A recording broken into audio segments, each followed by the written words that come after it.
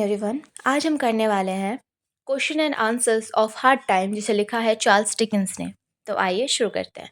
So most probably हम इस video में तीन क्वेश्चंस पे मेनली फोकस कर रहे हैं। First question is hard times as a social critic. Second question is conflict between fact and fantasy in Hard Times. And third is the character of Louisa Gradgrind. So हम आपको ऐसे simple points में आपको समझा देंगे answer कि आप बस उस पॉइंट को याद करके पूरे आंसर को लिख सकते हो। सो प्लीज़ इस वीडियो में बने रहिएगा। So first question is hard times as a social critic. हम हार्ड टाइम्स को एक सोशल क्रिटिक की तरह देखेंगे। उस टाइम के जो 19th सेंचुरी इंग्लैंड के जो सोशल प्रॉब्लम्स थे वो सब हमें हार्ड टाइम्स में देखने को मिलता है, चाहे वो एजुकेशन सिस्टम के बारे में हो या चाहे वो फैक्ट्री लाइफ के बारे में हो। तो वो हम देखने वाले हैं हमारे फर्स्ट क्वेश्चन में। दूसरा question conflict between fact and fantasy in Hard Times. So हम सब जानते हैं कि इस नोबेल का जो मेन थीम है वही है फैक्ट वर्सेस फैंटेसी। हमें इसमें दिखाया जाता है कि लाइफ में दोनों का बैलेंस होना बहुत ज़रूरी है, अदरवाइज डिस्ट्रक्शन होगा इंसान का। और हमारा थर्ड क्वेश्चन है कैरेक्टर ऑफ लुइसा क्रेडरिंग, यानी हमारी जो प्रोटैगनिस्ट है लुइसा, हम उनके कैरेक्टर को एनालाइज करेंगे इस वीडियो में। सो बने रहिए, हम चलते हैं अपने पहले क्वेश्चन पे। Discuss hard times as a social critic of industrial capitalization and Victorian society. So Charles Dickens का Hard Times one of the most famous and strongest novel है, जो शो करता है विक्टोरियन पीरियड को और एक्सपोज करता है उस टाइम के जो हार्श रियलिटीज़ थे उनको। उन्होंने एक इमेजिनेशन टाउन बनाया है। जो डिकिंसन है उन्होंने अपना एक इमेजिनेशन टाउन बनाया है जिसका नाम है कैप टाउन, जिसके द्वारा वो इस इंडस्ट्रियल लाइफ को या फिर इस 19th सेंचुरी के एज को शो करते हैं। Dickinson present a grim picture of factory life, class division, and society ruled by money, profit, and mechanical thinking.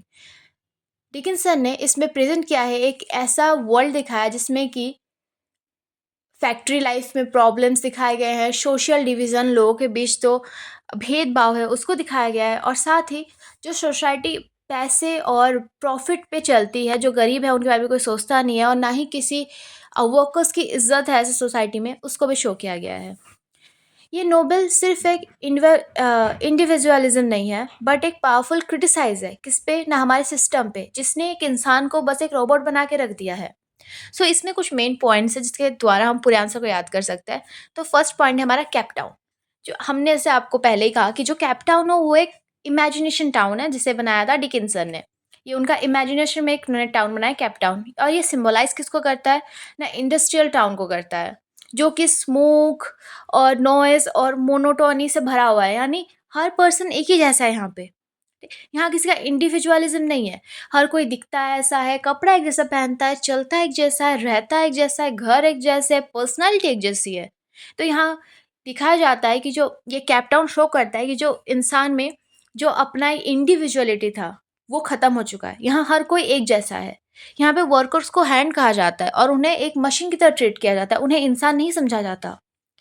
लेकिन इंसान इस फैक्ट्री एक फैक्ट्री ओनर को भी दिखाता है जिसका नाम है जोशिया बाउंडरबाय, जो प्रेजेंट करता है, जो शो करता है, जो सिंबलाइज करता है पावर को और पोजीशन को, जो क्लेम करता है कि वो बहुत हार्ड वर्किंग है और उसने वो सेल्फ मेड मैन है, उसने अपने आप को अपनी मेहनत से बनाया है, बट रियलिटी उससे काफ़ी अलग होती है। पहला कैपटाउन। कैपटाउन याद रखने से आप पूरा पॉइंट लिख सकते हो खुद से। पहला है हमारा कैपटाउन। दूसरा है जोशिया बाउंडरबाय। अब ये जोशी बाउंडरबाय कौन है? तो ये वही फैक्ट्री या फिर मिल का ओनर है जो कि अपने वर्कर्स को हैंड बोलता है और उन्हें हर टाइम टॉर्चर करता है। ये क्लेम करता है कि ये एक सेल्फ मेड मैन है, लेकिन रियल में इसकी रियलिटी लास्ट में पता चलती है। Okay, Dickinson strongly criticize factory owners through the character of Josiah Bounderby. First Coketown को उन्होंने सिंबलाइज किया इंडस्ट्रियल टाउन को दिखाने में। अब जोशिया बाउंडरबाय से वो सिंबलाइज किसको करते हैं या फिर क्या शो करते हैं ना, जो फैक्ट्री ओनर्स है और वो कैसे होते हैं और वो अपने जो वर्कर्स हैं उनको कैसे ट्रीट करते हैं, ये शो किया जा रहा है। Bounderby is an wealthy manufacturer who claimed to be self-made man, rising from extreme poverty। वो ऐसा दिखाता है कि मैं बहुत गरीबी से बड़ा हूँ, मतलब गरीबी में रहा हूँ, मैंने बहुत एक्सट्रीम पॉवर्टी देखी है और मैं अपने दम पे यहाँ तक पहुँचा हूँ। However, later it is revealed through his story a lie। और लास्ट में ये रिवील हो जाता है कि उसकी जो स्टोरीज़ है वो थी वो सब झूठ थी। उसकी मम्मी जो है वो सब मतलब सबको बता देती है कि नहीं, मेरे बेटे को अच्छा लग्ज़री लाइफ़ मिला है बचपन में, वो सिर्फ़ प्रिटेंड करता है गरीब होने का, रियल में नहीं है। Through him, Dickinson exposed the hypocrisy of industrial capitalism, who pretend to present success through hard work while actually benefiting from exploitation and privilege. यानी डिकिंसन एक्सपोज करते हैं इस कैरेक्टर के द्वारा जो इंडस्ट्रियल कैपिटलिज्म का जो ये है तुम्हारा हिपोक्रेसी है कि वो जो फैक्ट्री वर्कर्स है उन लोग क्लेम करते कि हम हार्ड वर्क बहुत परिश्रमी थे, हमने अपने हार्ड वर्क से यहाँ तक पहुँचे, पर रियलिटी में वो करप्शन करके, पैसे खिला के, घूस दे के यहाँ तक पहुँचे। सो पहला पॉइंट हमारा कैप टाउन, जो शो करता है इंडस्ट्रियल टाउन, जहाँ पे हर इंडिविजुअलिटी नहीं है, इंडिविजुअलिटी खत्म हो चुकी है। सेकंड है जोशिया बाउंडर बाय, जो सिंबलाइज करता है, जो शो करता है, जो फैक्ट्री मील के जो मालिक्स हैं, यानी जो फैक्ट्री ओनर्स हैं, उनको रिप्रेजेंट करने के लिए कि वो कैसे डबल स्टैंडर्ड्स दिखा रहे हैं, ठीक है। तो बाउंडर बाय का कोई सिंपैथी नहीं है अपने वर्कर के लिए। वो बिलीव करता है कि पॉवर्टी जो है वो उनकी ही लेज़ीनेस, आलसीपन की वजह से है और वो ही ज़िम्मेदार है उनका सोशल कंडीशन ख़राब करने में।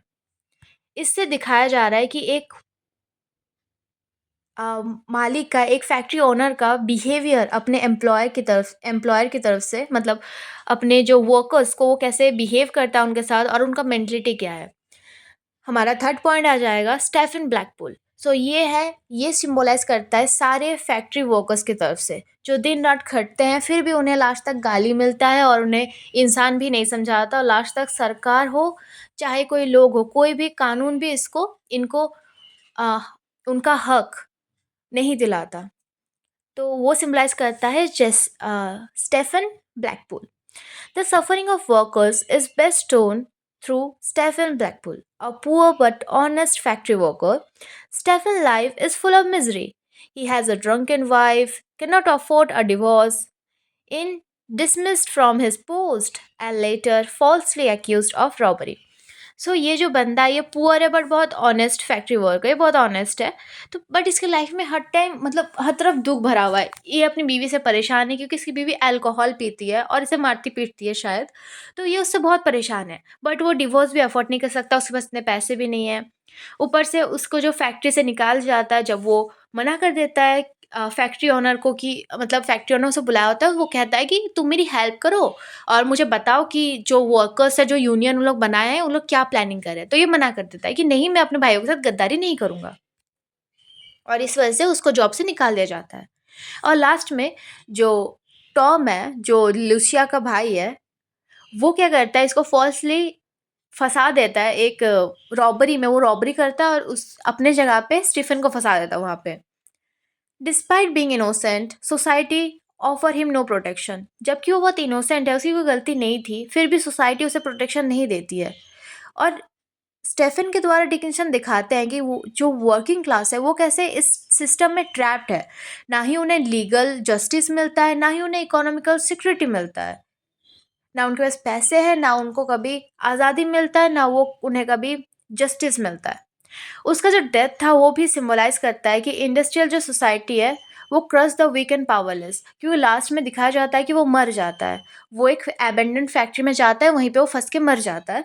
तो वो शो करता है कि हमारा जो सोसाइटी है, जो सिस्टम है, वो कितना होलो है, कितना बेकार है, कि एक इंसान जो कि जिसके पास पैसा नहीं है, जिसके पास पावर नहीं है, उसको कैसे कुचला जाता है इस सोसाइटी में।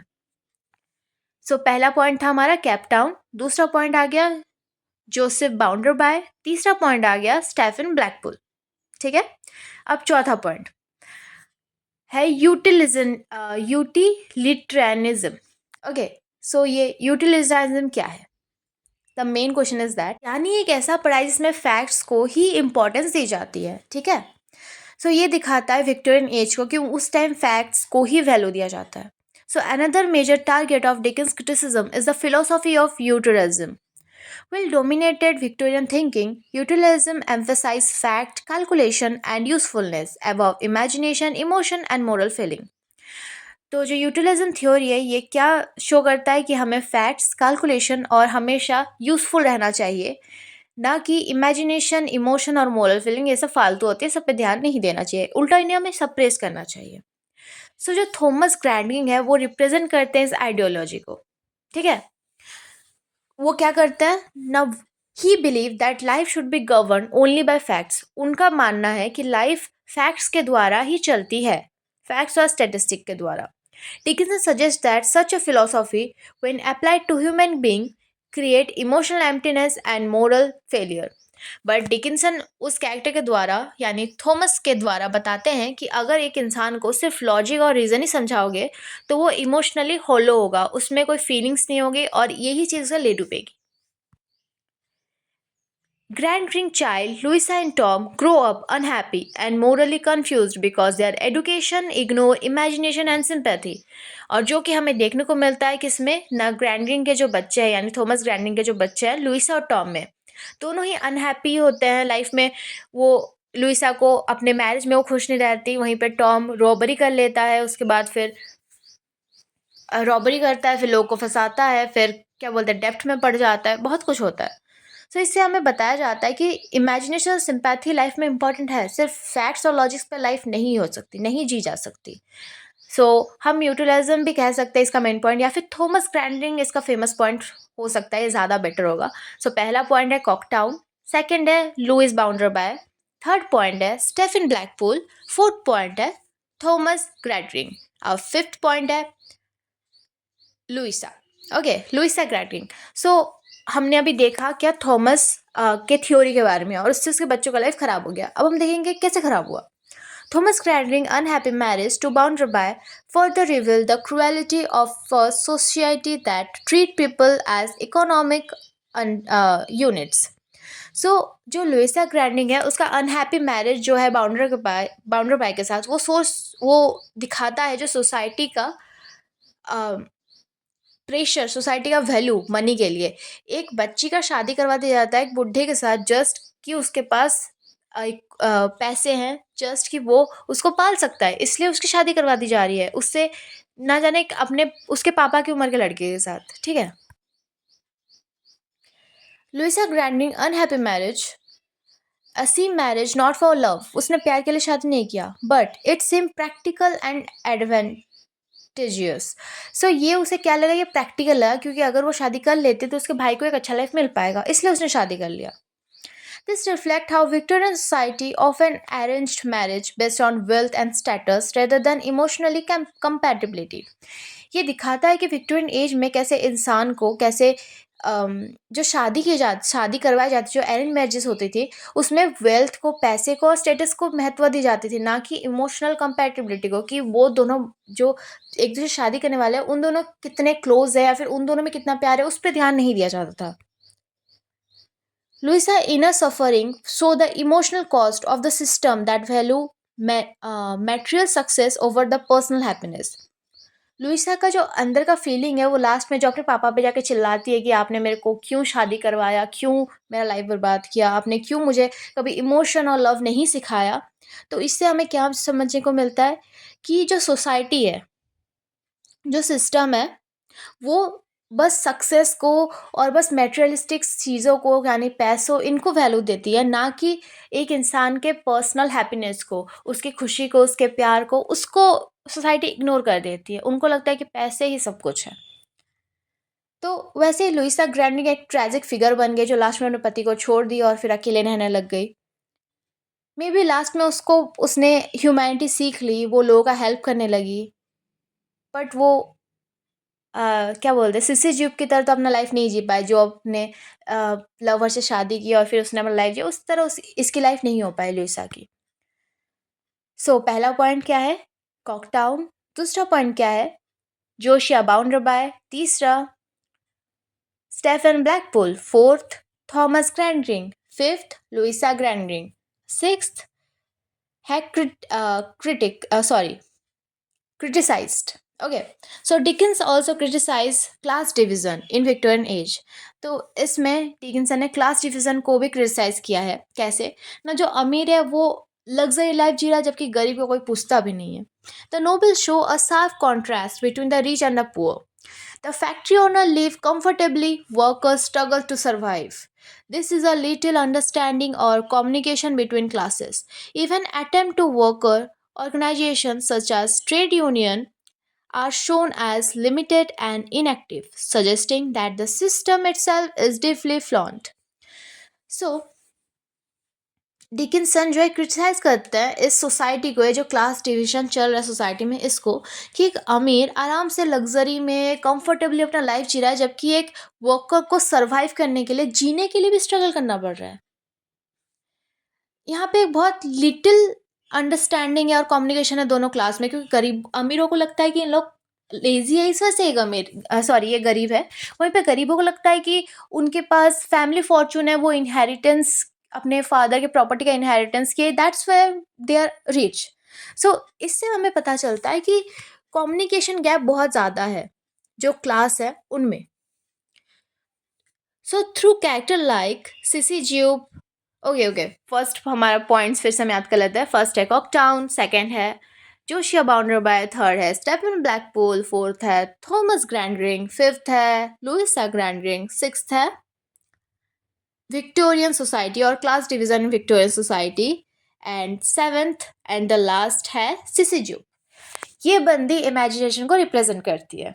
इनके द्वारा जो हमारे डिकिंसन है, जो हमारे नोबलिस्ट है, वो शो करते हैं कि कैसे लाइफ में इमेजिनेशन ही हैप्पीनेस ला सकता है। Imagination, love, care, sympathy is important in life.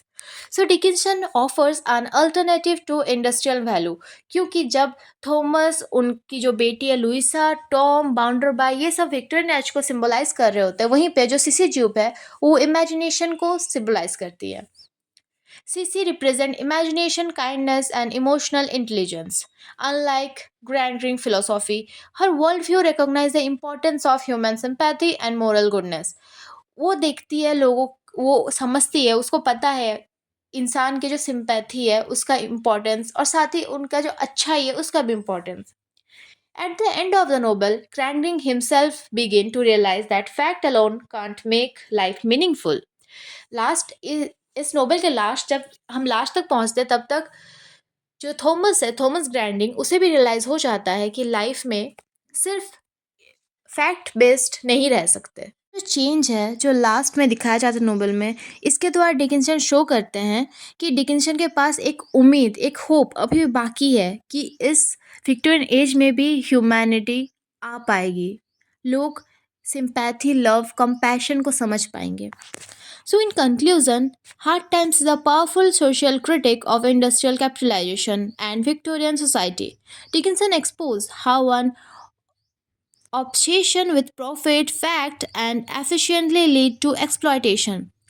So, इस नोबेल के द्वारा दिखाया जाता है विक्टोरियन एज को, उस सोसाइटी को जहाँ, और उस सोसाइटी को क्रिटिसाइज किया जाता है, उस टाइम के एजुकेशन सिस्टम को बोलो या फिर उस टाइम के सब चीज़ को एक्सपोज किया जाता है, चाहे वो हर चीज़ कैसे प्रॉफिट पे चल रही है, हर चीज़ के ऊपर लोग फैक्ट्स लगा रहे हैं, और इस वजह से एक्सप्लॉयटेशन, इमोशनल एम्प्टीनेस और मोरल डिके बढ़ रहा है, इंसान में इंसानियत ख़त्म हो रही है।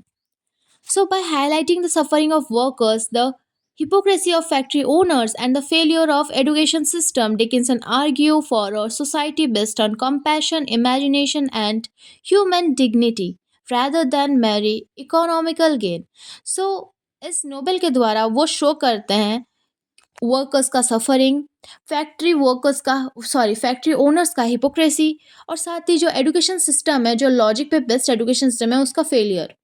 और वो आर्ग्यू करते हैं कि एक सोसाइटी ऐसा होना चाहिए, सोसाइटी ऐसे बननी चाहिए जिसमें कंपैशन हो, इमेजिनेशन हो, सिंपैथी हो, सिर्फ मोरल, इमोशनल, क्या बोलते हैं, इकोनॉमिकल गेन के लिए लोग साथ ना रहें बल्कि प्यार के लिए रहें। सो कुछ पॉइंट्स के द्वारा ये आंसर पूरा ईजिली हम समझ सकते हैं। सो हमारा फर्स्ट टाउन है जो कैप टाउन है, जो खुद में एक सिम्बोलाइज किया जा, जो खुद में सिम्बोलाइज करता है इंडस्ट्रियल टाउन को, जहाँ पे इंडिविजुअलिटी ख़त्म हो चुकी है।